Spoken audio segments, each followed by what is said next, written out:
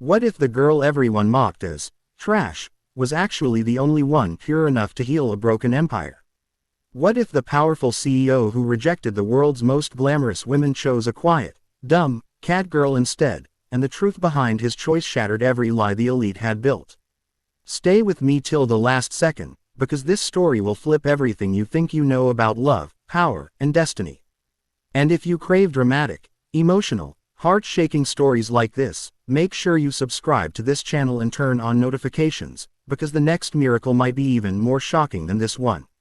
He said no to the socialites of Shanghai, no to heiresses groomed in European finishing schools, no to influencers who sparkled brighter than chandelier-lit ballrooms, and no to the daughter of the chairman of the legendary Huo Group, even though their merger would have doubled his empire overnight.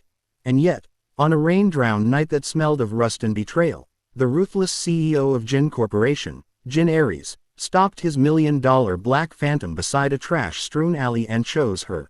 The girl everyone in the district mockingly called the dumb cat girl in trash. The same girl who lived behind a shuttered pet clinic, who wore oversized sweaters with tiny paw prints stitched at the sleeves, who spoke softly to stray kittens as if they were royalty, and who was seen digging through discarded vegetable crates not for herself, but to feed animals that trusted her more than people ever did.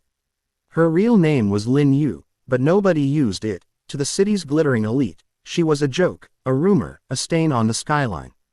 They laughed at her tangled hair and her habit of pausing mid-sentence as if her thoughts wandered in slower rhythms than everyone else's. They didn't know she paused because she was measuring truth in the air. They didn't know she had learned silence from surviving storms louder than thunder.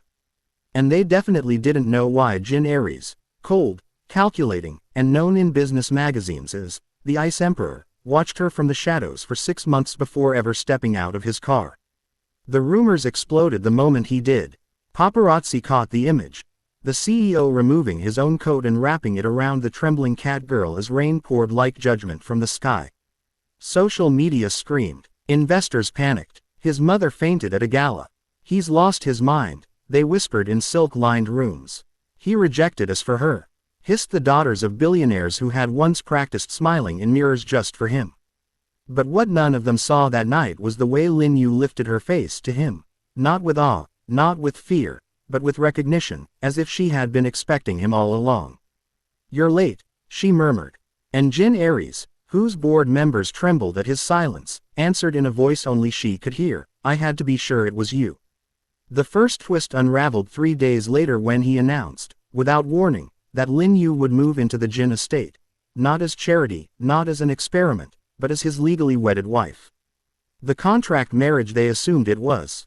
There was none. The prenuptial agreement, she refused to sign it.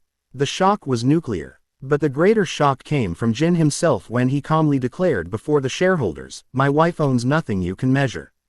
That is precisely why she owns me." The elite smelled scandal. They hired investigators. They dug into her past and found nothing. No school records beyond middle level. No relatives except a deceased grandmother who had run a tiny herbal stall. No bank account worth mentioning.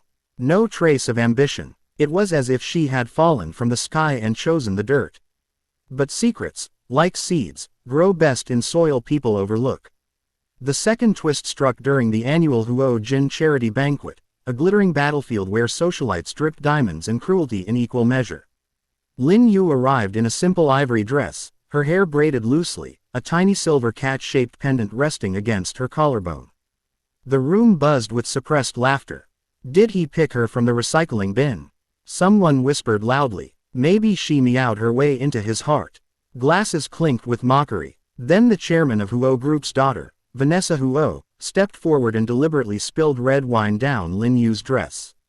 Gasps. Cameras flashed. Oops, Vanessa smirked. And in that suspended second, everyone expected the cat girl to cry.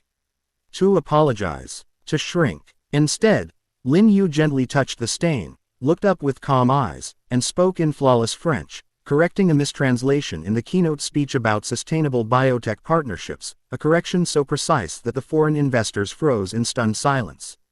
The translator turned pale. The chairman stuttered. Jin Aries didn't look surprised. Vanessa did. And when Lin Yu continued, this time in German, citing a patent dispute only insiders knew about. The entire ballroom shifted.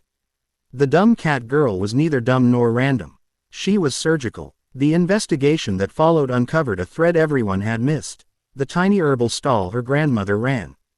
It was once a discreet front for a covert philanthropic network funded by an anonymous tech magnate who vanished 15 years ago after exposing corporate corruption tied to experimental medical trials.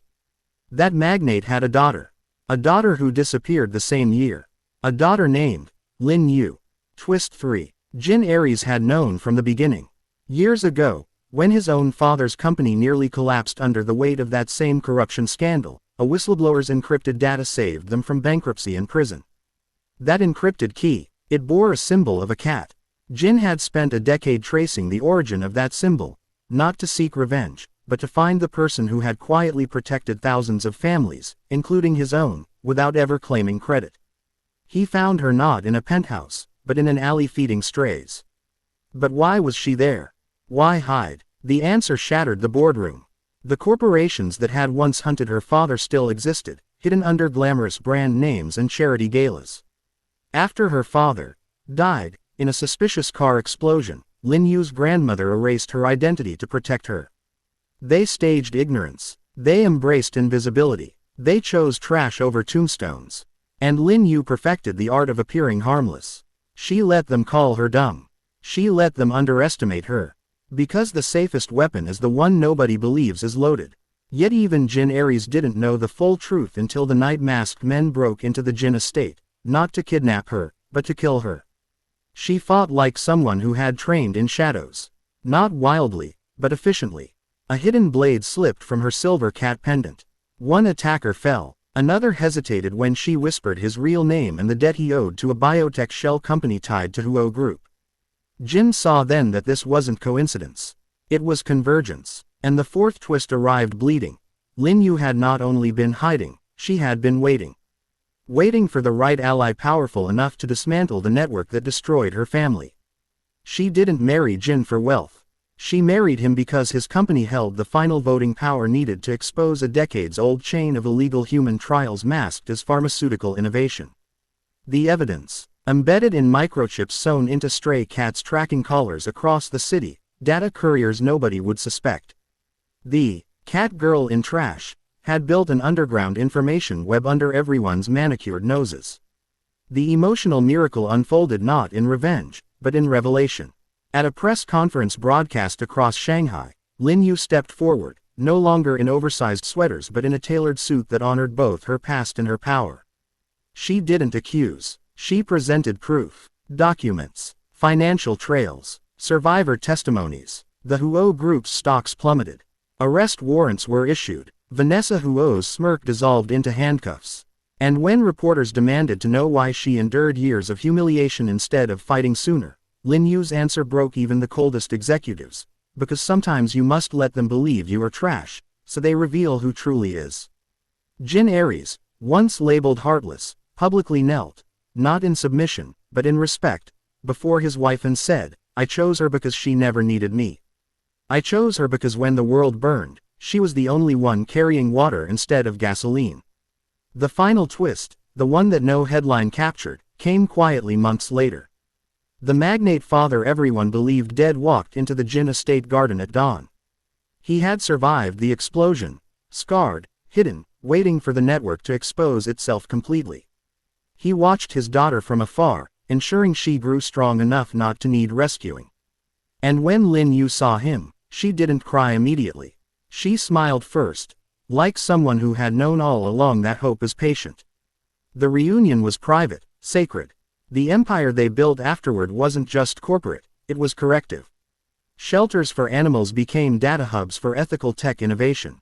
Profits funded medical transparency programs. The girl once mocked as dumb transformed boardrooms without ever raising her voice. And the same socialites who laughed now studied her speeches in business schools. But perhaps the greatest miracle wasn't the takedown of corruption or the resurrection of a family, it was the transformation of Jin Aries himself. The Ice Emperor learned warmth not from luxury, but from a girl who fed stray cats before feeding herself. He learned that power without compassion is noise. And in every alley of Shanghai where a small animal found shelter, Whispers traveled. Mrs. CEO once lived here.